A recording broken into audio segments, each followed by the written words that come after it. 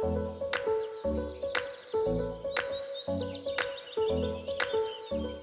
suis boulanger à Fort-Romeu. Je fabriquais la roupaille. C'est un pain un petit peu, un pain pas comme les autres, voilà, tout simplement, vous le voyez, il est là devant vous. C'est une farine qu'on a fabriquée, on a mis 2 ans et demi pour la mettre au point, et il a fallu beaucoup travailler. Et dedans, il y a des farines donc gluténées et non gluténées. Ça nous a permis justement de baisser le taux de gluten. Et on s'est aperçu qu'il y avait aussi un deuxième élément qui était très important, c'était donc la levure.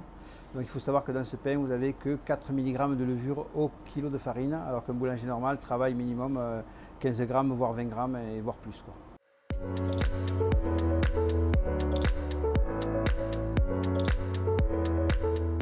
Le projet aujourd'hui, ça serait de monter donc, une école de boulangers paysans, parce qu'on s'est aperçu qu'il y avait une grosse lacune là-dessus.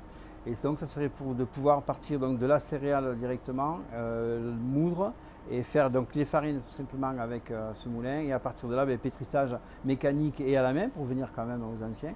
Et revenir donc comme on faisait avant et repartir après c'est des fours à bois. Et comme il y en a plein qui sont dans les villages abandonnés aujourd'hui, donc je pense qu'il y a vraiment de quoi faire. Et ça pourra permettre justement à certains villages de pouvoir retrouver un boulanger tout simplement.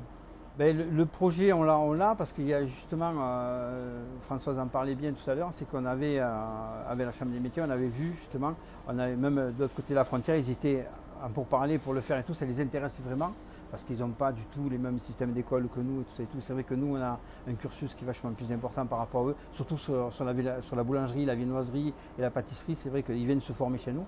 Et donc, on voulait faire quelque chose de frontalier, transfrontalier plutôt. C'est vrai qu'aujourd'hui, ça nous permet, grâce à cette structure, de pouvoir former 5 apprentis.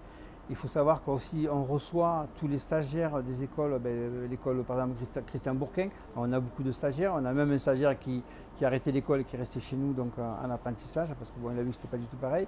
Je suis aussi correcteur justement aussi là-bas, je corrige aussi sur Rivesaltes, je corrige aussi au CFA.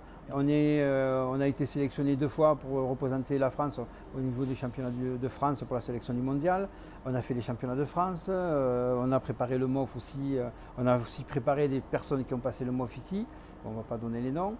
Voilà, enfin, on a fait beaucoup de choses et beaucoup de formations et la formation on est vraiment à fond dedans, quoi.